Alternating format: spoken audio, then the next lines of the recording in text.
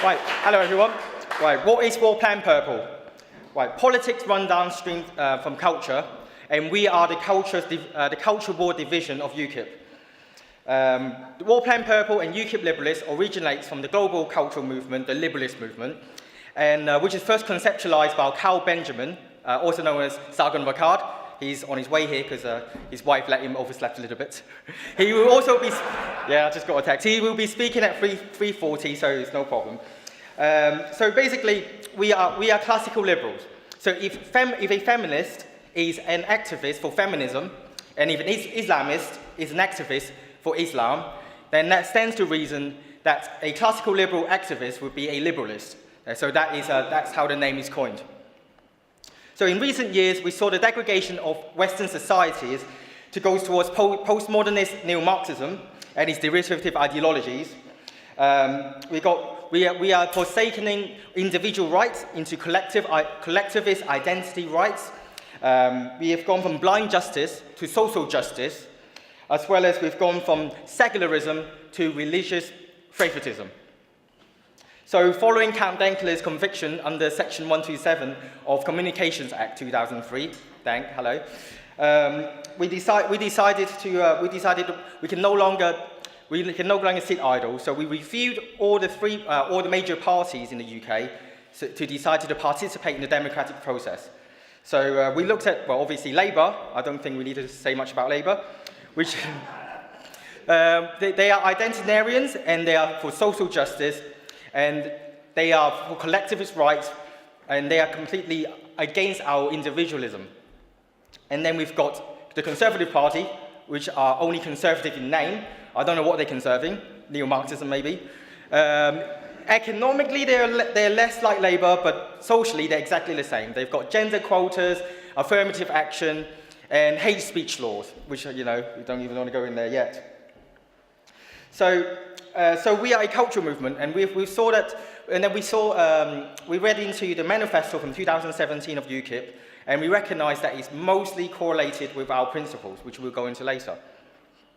And since the founding of the movement, the original movement, the international one, since January, we have approximately 5,000 members, and we have about 9,000 likes on Facebook, which is reasonable for about a 10-month-old movement. And the UKIP Liberalists, and the UKIP Liberalists has about 4,000 odd likes and about 1,700 members. So we are the recent group of people from social media, or you could say the younger generation that are meme savvy, that has joined UKIP in the recent months. So the liberalist principles, hopefully I don't butcher this too much, individual rights. So everyone keeps on going on about minority rights and marginalized groups, but what they failed to recognize is the smallest minority is the individual. And Western society has figured that out long ago through Enlightenment, and we are forsaking that. And the most prosperous and most free societies around the world are those that value the sovereignty of the individual. And we hope to use our movement to steer the UK back towards individual rights. Thank you.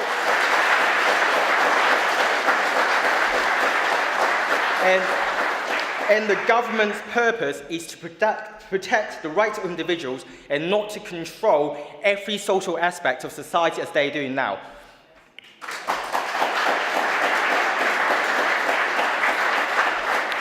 So our next principle is democracy. We believe constitutional democracy is the best way for the free citizenry to maintain a state and to resist tyranny. And every single one of us are here because we are freely participating in democracy. Not only that, I see each and every one of us here as activists because we've taken time out of our schedule, we've traveled here, we pay for expenses for travel, expenses for accommodation to be here because we decided that we must do something to ensure the democratic process of society is what upheld.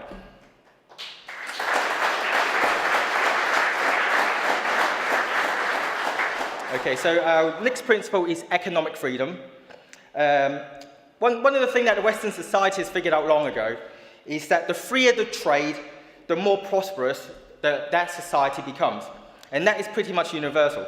But obviously, there are people that will argue socialism is best, and it has never been tried, while simultaneously being the best.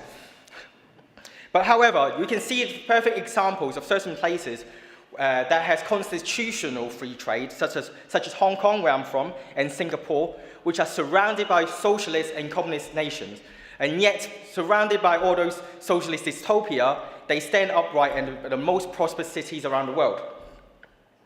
And one of the things that the left has got right is about inequality. So you have to give credit where credit is due. But the thing that they've got wrong about inequality is the natural consequence of productivity. Because people are different and we have different rates of productivity. So by definition, we're competing in society, then we'll naturally generate inequality. So we can't be free and be equal at the same time. If we are to be free, we can't be equal. And if we're equal, we're not free.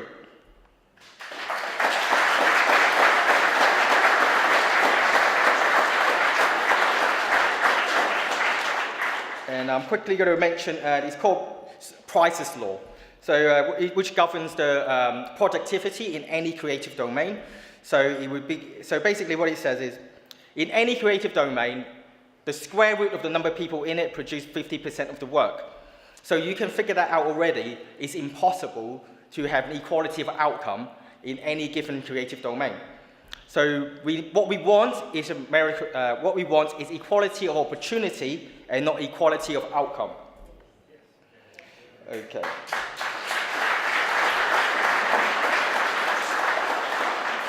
Right, the next principle is self-reliant.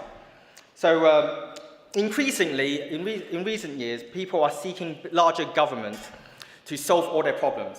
And UKIP is fundamentally a libertarian party, which believes in personal responsibility and personal accountability. So what the problem is that the people that advocate for government to solve everything, such as going for, what was it? We are advocating for taxation for red meat. We have the sugar tax, and we can't rely on the government to solve everything because we must look within ourselves. Because we got rights and responsibilities which must balance each other. If you only have rights and no responsibility, you are a child.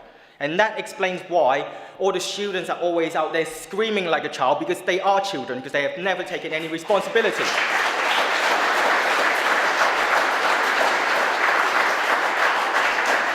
And in contrast, if you only have responsibility and you have no rights, then you're a slave. So in a society, we should balance rights with responsibility, and we should offer young people the opportunity to adopt responsibility to the maximum of their capability so that they can find meaning in life.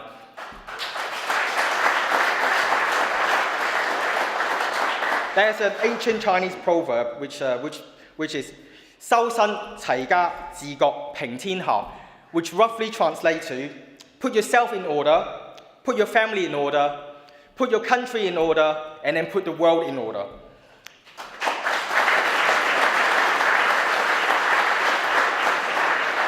Okay, so the next principle is freedom of speech. I remember when I was growing up, I used to hear a lot of the times when people say, it's a free country. A lot of you might be too young to hear that, but I don't hear that anymore. Do any of you hear that now? We don't live in a free country anymore. We've got hate speech laws. We've got hate speech laws, which is effectively modern-day heresy. And we've got the fictitious label Islamophobia, which is essentially modern-day blasphemy. And we recently just had, the EU, the European Court of Human Rights, upholding a conviction of a woman who said Mohammed is a paedophile. So essentially, in the EU, we are upholding 14th century blasphemy laws. We don't have freedom of speech at the moment.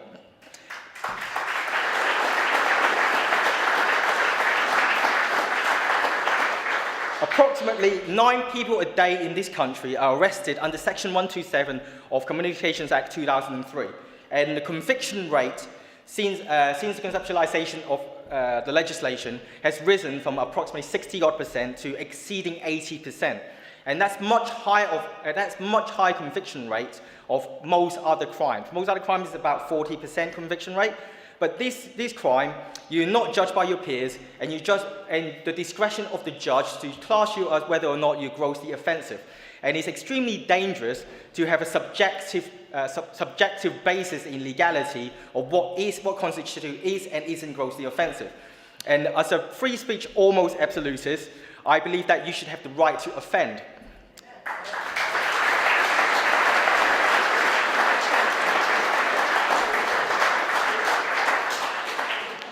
So the remedy to bad speech, in my opinion, or in our opinion, is counter good speech. Because when you censor your opponent, you're only proving to the world that you're afraid of what they have to say, and also you are depriving the world. You're not only just depriving their freedom of speech, you're depriving everyone else freedom to hear what they have to say, to make the judgment themselves. And you are actually saying that people are too stupid to know what is good for them. And that is what is happening right now in this nanny state that we have.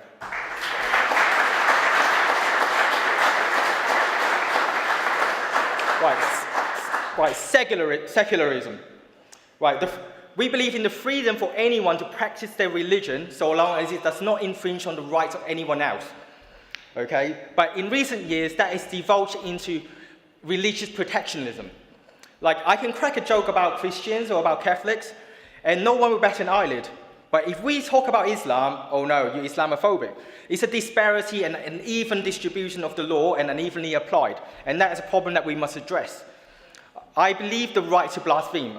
We should be the right to say anything, criticize anything, so long as we are not directly advocating for incitement of crime. So that should be the bar. And also, just in last night, we got Aisha Bibi, I don't know if I'm pronouncing her name correctly, Aisha Bibi, which is seeking for asylum, and the UK has rejected her asylum application on the basis that it might cause certain communities to, pardon? Yeah, it was a security risk. So what is it? So we're actually implementing in a higher level of blasphemy law by proxy. And we are actually submitting to Islam and submitting to heckler's veto on a much larger scale. We can't do that. What will we do then? Alternatively, say if the Labour Party is to hold a conference, should we do the same and advocate for a violent protest and then get them deplatformed? No. So if we play tit for tat, then nobody gets to speak, and that's the way that we're going.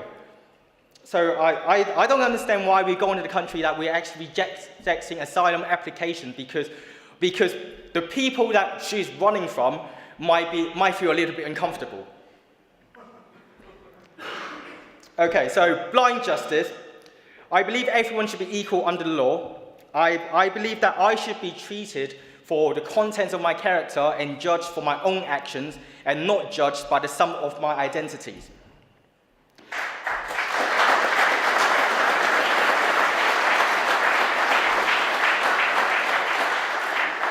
And when we have, at the moment, again going back to Islam, is we have, the police are afraid to prosecute people based on they don't want to be seen as being racist.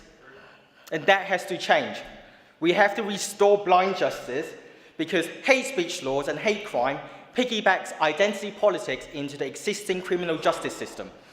So if two people, one person commits a crime against another, I don't care what race or what identity either of them are. The only thing I care is what is the harm done, what is the damages done, and what is the severity of the intended consequences. It shouldn't be suddenly a worse crime if two identical crimes are committed, but one is racially motivated or under any other protected classes. I don't believe in protected classes. I believe in protecting the sovereignty of the individual. And that's why we need to restore blind justice and stay away from social justice.